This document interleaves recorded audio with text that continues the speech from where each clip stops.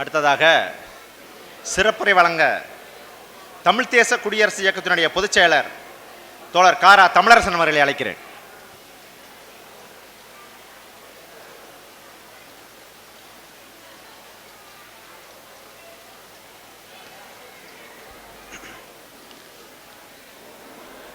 விடுதலை வேண்டும், அது முதல் வேலை, வேறெந்த வேலையும் செய்யலாம் நாளை.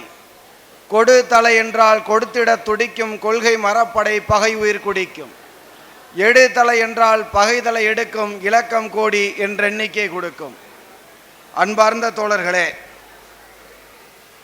செப்டம்பர் 1 தமிழ் தேசிய தலைவர் தோழர் தமிழரசுடைய நினைவு நாளை முன்னிட்டு தமிழ் தேச மக்கள் கட்சி முன்னெடுத்திருக்கக்கூடிய பொதுமை தமிழ் தேசம் எழும், இந்திய பாசிசம் வீழும் என்கிற மாநாடு மிக எழுச்சியோடு நடந்து கொண்டிருக்கிறது.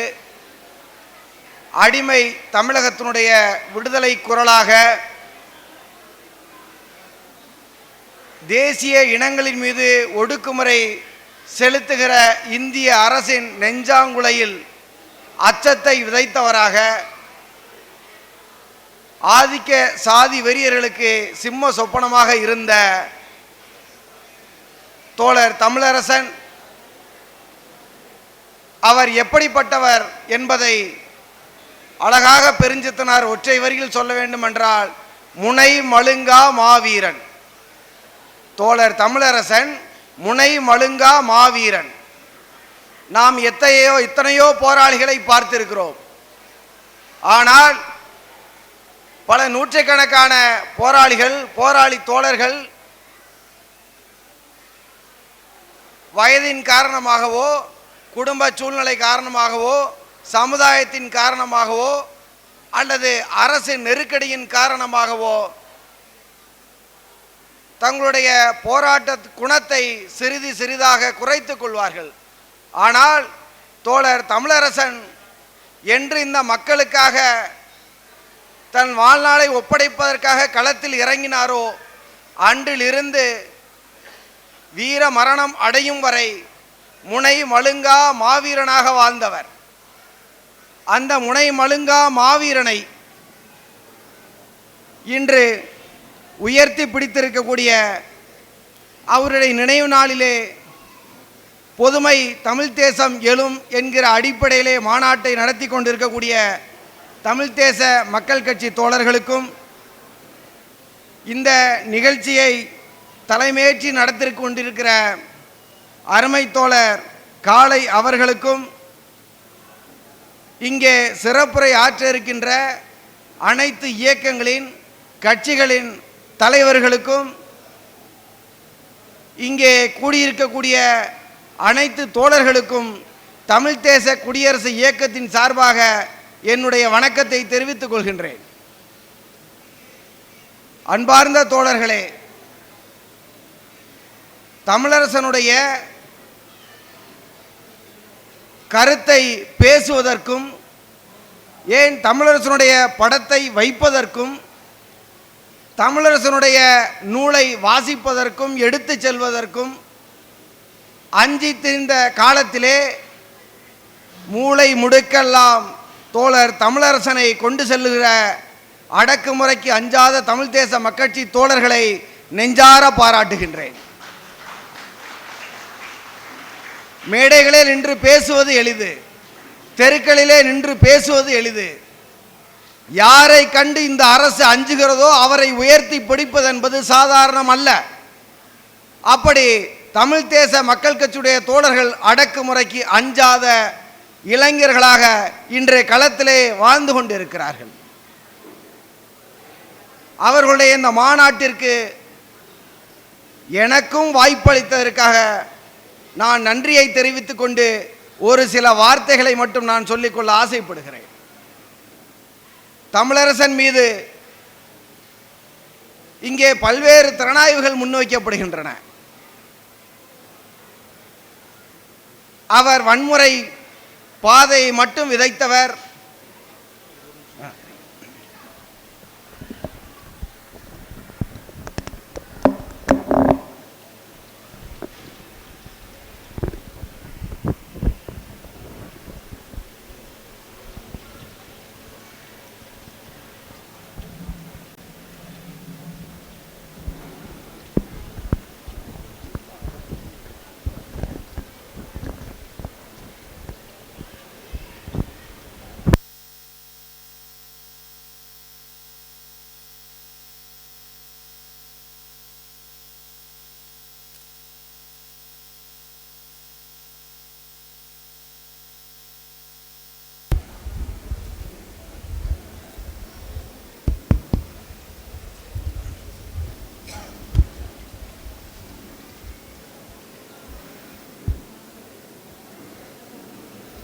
தோழர் தமிழரசன் மீது பல்வேறு திறனாய்வுகள் இங்கே முன்வைக்கப்படுகின்றன. மக்கள் திரள் பாதையை கட்டமைக்காதவர், வெறும் ஆயுதங்களை மட்டுமே அவர் நேசித்தவர், அவர் ஒரு வன்முறையாளர், இப்படி பல்வேறு கருத்துக்களை, விமர்சனங்கள் அவர் மீது முன்வைக்கப்படுகின்றன. நாம் தோழர் தமிழரசனை எப்படி பார்க்க வேண்டும், அதற்கு நாம் குறிப்பாக எந்த செய்தியிலிருந்து நாம் தமிழரசனை புரிந்து கொள்ள வேண்டும் என்பதை மட்டும் நான் சொல்லிக்கொள்ள விரும்புகிறேன். திறனாய்வுகள் யார் மீது தான் இல்லை? மார்க்சியாசான்கள் மார்க்ஸ் மீதோ லெனின் மீது இல்லாத விமர்சனங்களா, அல்லது தந்தை பெரியார் புரட்சியாளர் அம்பேத்கர் மீது இல்லாத விமர்சனங்களா, கூன் விழுந்து கிடந்த தமிழனை ஆயுதம் தூக்கி தமிழீழ விடுதலை போராட்டத்தை முன்னெடுத்த தமிழ் தேசிய தலைவர் பிரபாகரன் மீது இல்லாத விமர்சனங்களா? அத்தனை விமர்சனங்களும் அது இந்த சமுதாயத்திற்கு பயன்படும் நோக்கில் முன்வைக்க வேண்டும், அவ்வளவுதான். அப்படி நாம் தோழர் தமிழரசனை 2 இடங்களிலிருந்து நாம் பார்க்க வேண்டியிருக்கின்றது. ஒன்று, இந்தியா என்பதை இந்திய பொதுவுடைமை கட்சிகள் ஒரு வரலாறு கொண்ட தாய்நாடாக பார்த்து கொண்டிருந்த பொழுது ஜாரோ மசூம்தார் அவர்கள் இந்தியா என்பது தேசிய இனங்களின் சிறை கூடாரம் என்று முன்வைக்கிறார். எதிரியின் ரத்தத்தில் கையை நனைக்காதவன் உண்மையான கம்யூனிஸ்ட் அல்ல என அறைகூவல் விடுக்கிறார். வசந்தத்தின் இடிமுழக்கமாய் நக்சல்பாரி கிராமத்தில் இருந்து பண்ணையார்களையும் ஏழைகளை சுரண்டும் முதலாளிகளையும் ஆதிக்க சக்திகளையும் நாம் அழித்தொழிப்பு செய்ய வேண்டும் என்ற குரலிற்காக தன்னுடைய கல்லூரி படிப்பை தூக்கி எறிந்து களத்திற்கு வந்தவர். அவருக்கு வந்த கேள்வி ஒன்றுதான், இந்தியா என்பது தேசிய இனங்களின் சிறை கூடாரம் என்றால் அந்த சிறை கூடாரத்திலிருந்து இந்த தேசிய இனங்கள் விடுதலை பெற வேண்டுமா இல்லையா? அதுதான் தோழர் தமிழரசனை நாம் உற்று பார்த்து புரிந்து கொள்ள வேண்டிய இடம். வியட்நாமுடைய புரட்சி நாயகன் கோசிமினை இந்த இடத்திலே நாம் ஒப்பிட்டு பார்க்கலாம். வியட்நாம், லாவோஸ், கம்போடியா என்கிற நாடுகள் இணைந்து இந்தோ சீனா என்று வழங்கப்படுகிறது. அந்த 3 நாடுகளும் பிரெஞ்சு ஏகாதிபத்தியத்துடைய அடிமைகளாக இருக்கிறார்கள், பிரெஞ்சால் சுரண்டப்படுகிறார்கள். எனவே அந்த பிரெஞ்சு ஏகாதிபத்தியத்துக்கு எதிராக ஒவ்வொரு தேசங்களும் ஒன்றிணைந்து இந்தோ சீனா கம்யூனிஸ்ட் கட்சி என்று பிரெஞ்சு ஏகாதிபத்தியத்தை எதிர்க்கிறார்கள். ஆனால் ஒவ்வொரு தேசிய இனங்களுடைய வரலாற்று பின்னணி, பொருளாதார பின்னணி, சமூக பின்னணி அவர்களால் அந்த விடுதலையை சாத்தியப்படுத்த முடியவில்லை. எனவே கோசிமின் அவர்கள் இந்தோ சீனா கம்யூனிஸ்ட் கட்சியை கலைத்து ஒவ்வொரு தேசிய இனங்களும் தனக்கான கம்யூனிஸ்ட் கட்சியை உருவாக்கி கொள்வதென முடிவு செய்கிறார்கள். அப்படி கோசிமின் வியட்நாம் கம்யூனிஸ்ட் கட்சியை உருவாக்கி பிரெஞ்சு ஏகாதிபத்தியத்திற்கு எதிராக போராடி பிரெஞ்சு ஏகாதிபத்தியத்துக்கு எதிராக போராடி வியட்நாம் விடுதலையை வென்றெடுக்கிறார். அப்படி இந்தியாவில் இருக்கக்கூடிய எல்லா தேசிய இனங்களும் ஒன்றிணைந்து இங்கே ஒரு இந்திய கம்யூனிஸ்ட் கட்சி என்று இருப்பது என்பது இங்கே இருக்கக்கூடிய தேசிய இனங்களுக்கான விடுதலையை சாத்தியப்படுத்தாது. எனவே அது இந்திய பொதுவுடைமை கட்சியாக இருந்தாலும் சரி, இந்திய பொதுவுடைமை கட்சி மார்க்சிஸ்டாக இருந்தாலும் சரி, மாவோயிஸ்டாக இருந்தாலும் சரி, இங்கே தேசிய இன விடுதலையை முன்னெடுக்கும் போது மட்டும்தான் அந்த தேசிய இனம் தமது சமூக, அரசியல், பொருளாதார விடுதலையை வென்றெடுக்க முடியும் என இங்கே ஒரு அரசியல் தத்துவத்தை, ஒரு கோட்பாட்டை, அதன் வழியாக ஒரு நடைமுறை உருவாக்கியவர் தோழர் தமிழரசன். அப்படி வியட்நாமுக்கு ஒரு கோசிமினை போல தமிழ்நாட்டுடைய கோசிமின் தோழர் தமிழரசன் அவர்கள். தோழர் புரட்சியாளர் கோசிமினுடைய அரசியல் சித்தாந்தம், கோட்பாடு, நடைமுறை எப்படி பிரெஞ்சு ஏகாதிபத்தியத்தை தூக்கி எறிந்ததோ அப்படி தோழர் தமிழரசனுடைய அரசியல், கோட்பாடு, நடைமுறை இந்திய அரசை தூக்கி எறியும். இரண்டாவதாக அவர் முன்வைத்த சாதி ஒழிப்பு. தமிழர்களாக இணைவதற்கு சாதி பெருந்தடையாக இருப்பது என்பதை முன்வைத்து அதற்காக களத்திலே செயல்பட்டவர் தோழர் தமிழரசன்.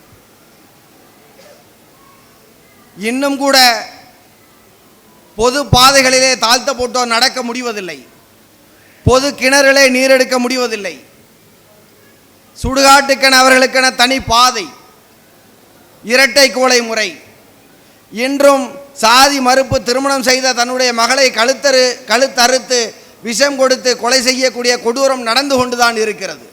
நாம் தமிழர்கள் என்று என்றுதான் கூக்குரலிட்டாலும் சாதி தமிழர்களாக இன்றும் இருந்து கொண்டுதான் இருக்கிறார்கள். எனவே சாதிக்கு இடையே ஒரு சமத்துவத்தை உருவாக்கி சாதி ஒழிப்பை நாம் நடைமுறைப்படுத்த வேண்டும். அதை தோழர் தமிழரசன் நமக்கு விட்டு சென்றிருக்கிறார். எனவே சாதி ஒழிப்பையும் தமிழ் தேசியத்தையும் ஒரு கோட்பாடாக முன்னிறுத்தி தோழர் தமிழரசனுடைய கருத்தியலை தோழர் தமிழரசனியம் என்கிற அளவிலே நாம் கொண்டு செல்ல வேண்டும் என்று கூறி வாய்ப்பிற்கு நன்றி கூறி விடைபெறுகிறேன். நன்றி, வணக்கம்.